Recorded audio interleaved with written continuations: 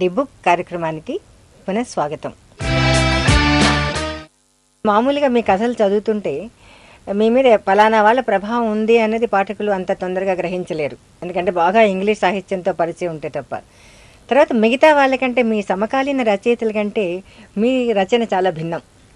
ఎందుకంటే మీ దాంట్లో మామూలుగా సంఘటనలు సన్నివేశాలు కల్పన కంటే కూడా ఆ పాత్రల యొక్క మూడు, వాటిని ఒక మూడ్ క్రియేట్ చేసేవాళ్ళు, ఆ మూడ్లో పాత్రలు ఏం సంభాషించాయో అదే మిగతా అన్నిటినీ చెప్తుంది. తర్వాత ఒక సోఫిస్టికేటెడ్ జీవన విధానాన్ని మీరు దాంట్లో మీ కథలన్నింటిలోనూ నవలల్లో కూడా మీరు ప్రతిబింబింపజేసేలా చేశారు. ఈ సోఫిస్టికసీ అది అంటే కథ అనగానే ఏదో ఆకలి దరిద్రం ఇలా ఉండాలి, ఇవన్నీ అదే మంచి కథ, సామాజిక స్పృహ ఉండాలి, ఇవన్నీ అనుకుంటాం కదా, వీటితో మీరు అంగీకరిస్తారా? చాలా వరకు అంగీకరిస్తారండి. ఏమంటే కథ అసలు ఎందుకు రాస్తాడు, పాఠకుడు ఎందుకు చదువుతాడు కథ?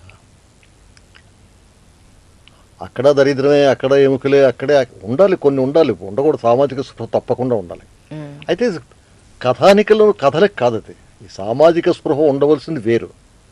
ప్రభుత్వంలో ఉండాలి, బాగా డబ్బున్న మనుషుల్లో ఉండాలి, పవరు అధికారం ఉండి చేయగల మనుషుల్లో ఉండాలి. అంతేగాని ఇవాళ ఇప్పుడు టీవీ సీరియల్స్ వస్తున్నాయి, ఆ కథలో సామాజిక స్పృహ ఉందా? సినిమా కథల్లో ఉంటుందా? కానీ నేను ఎప్పుడు నమ్మింది ఏమిటంటే, నువ్వు చాలా బడుగోడివిరా, నువ్వు పడుండు, నువ్వు వింటే ఎవ్వరూ నేను పట్టించుకోరా, ఆయన నేను ఏడి చేస్తే వాడికి అవుతుంది.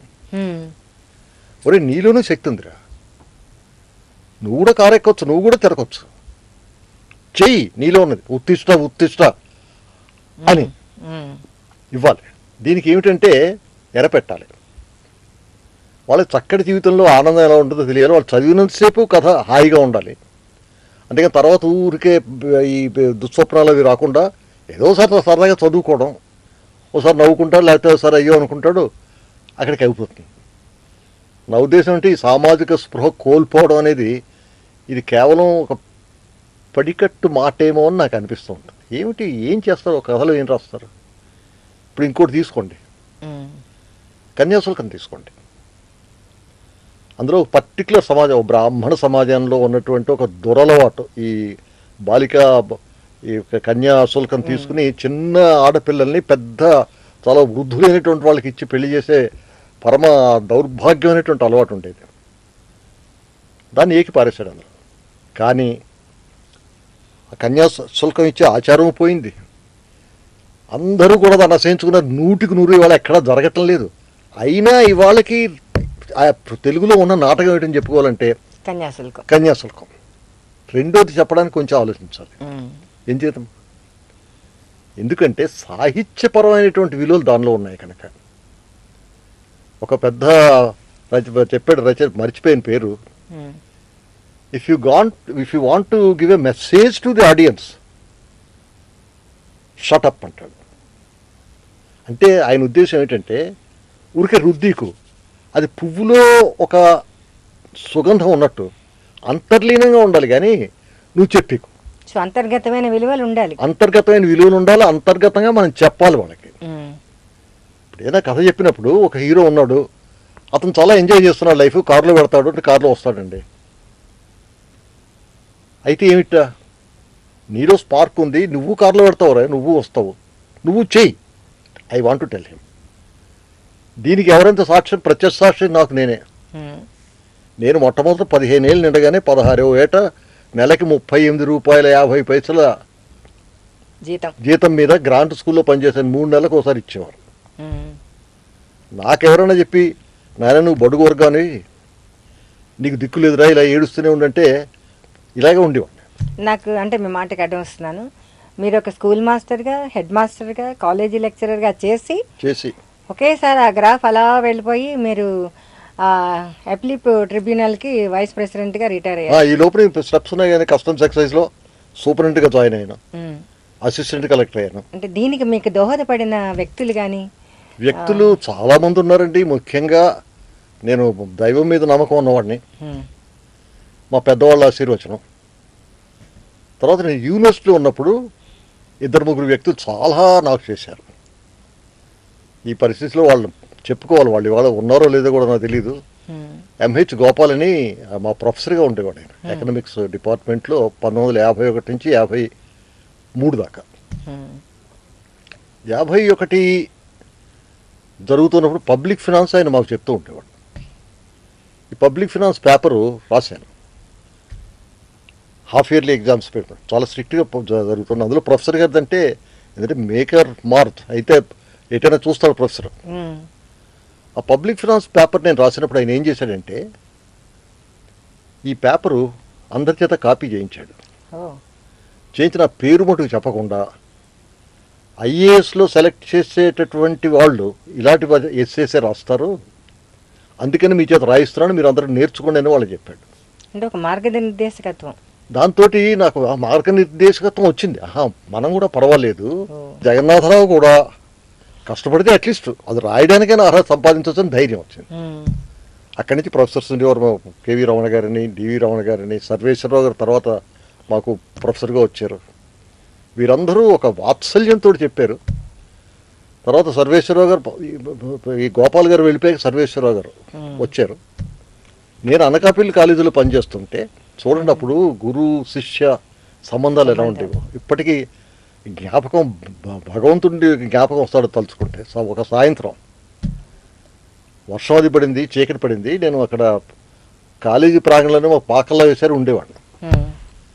6:30, 7 అయ్యేటప్పటికి సర్వేశ్వరరావు గారు, కేవీ రమణ గారు అని లెక్చరర్, ఆయన చాలా సీనియర్ లెక్చరర్, వీళ్ళిద్దరూ హఠాత్తుగా వచ్చారు మా ఇంటికి. మా ఇంటికి వచ్చి కొన్ని పుస్తకాలు అవి పట్టుకొచ్చారు. నాకు కొన్ని పుస్తకాలు పట్టుకొచ్చి, జగన్నాథరావు ఇక్కడన్నీ నీ పుస్తకాలు దొరకవయ్యా, ఇవి చదువు, ఐఏఎస్కి అయితే పనికొస్తాయి, నేను రాస్తున్నాను తెలిసి వాళ్ళు చెప్పారు. ఇచ్చి వెళ్ళారండి. నేను దగ్గర చెల్లించిపోయాను. ఎంత అక్కడ ఆ శ్రమ తీసుకుని వాళ్ళు సాయంత్రం వచ్చి నాకు ఈ పుస్తకాలు ఇచ్చి మళ్ళీ వెంటనే వైజాగ్ వెళ్ళిపోయారు. అక్కడి నుంచి పెద్ద దూరం లేదనుకోండి, దూరం తక్కువ కావచ్చు కానీ ఈ అవ్యయ ప్రేమ ఎంత ఎక్కువ అమ్మా. అంటే ఒక విద్యార్థిలో చురుకుతనం, తెలివైన వాడు ఉంటే అతన్ని పైకి తీసుకురావాలన్న సహృదయత అది కార్యాచరణలో పెట్టడం. తర్వాత మీరు సెంట్రల్ ఎక్సైజ్లో పనిచేస్తున్నప్పుడు అప్పుడు డిఫరెంట్ పోస్టింగ్స్లో ఉండేవారు కదా. ఆ పోస్టింగ్స్లో మీరు మర్చిపోలేని అనుభవాలు కొన్ని చెప్పగలుగుతారు. ధనుష్కోట్ నుంచి ఢిల్లీ దాకా మీరు మీ ప్రయాణం సాగింది ఉద్యోగరీత్యా, ఉద్యోగ పర్వాలు. ఆ పర్వాల్లో ఒక మా అందరికి ఆసక్తి కలిగించే ధనుష్కోడి మర్చిపోనండి. అంటే కోటి నదులు ధనుష్కోడిలో అది చాలా పవిత్రమైనటువంటి ఊరు. అక్కడ ఏమిటంటే ఒకప్పుడు నేను అక్కడ పనిచేసేదానికి చాలా ఒక దశాబ్దానికి ముందర అది పెద్ద ఊరే. ఒక 100-200 పెర్మనెంట్ బిల్డింగ్స్ ఉండేవి, అన్నీ ఉండేవి. క్రమక్రమంగా ఆ సముద్రంలో కలిసిపోయేవి. ఇప్పుడు లేదు ధనుష్కోటి, లేదు ఇప్పుడు అసలు అదే చెప్తున్నాను. నేను వెళ్ళినట్టుకి కస్టమ్స్ సూపరింటెండెంట్ అంటే నా బంగ్లా ఉండేది, కాక రైల్వే ప్లాట్ఫామ్, రైల్వే బిల్డింగ్స్, అంతే అంతే మిగిలే. ఇక్కడ రోజు మంచినీళ్ళు రామేశ్వరం నుంచి ఒక రైల్లో వచ్చేవి. అలా ఉండేది అక్కడ జీవితం.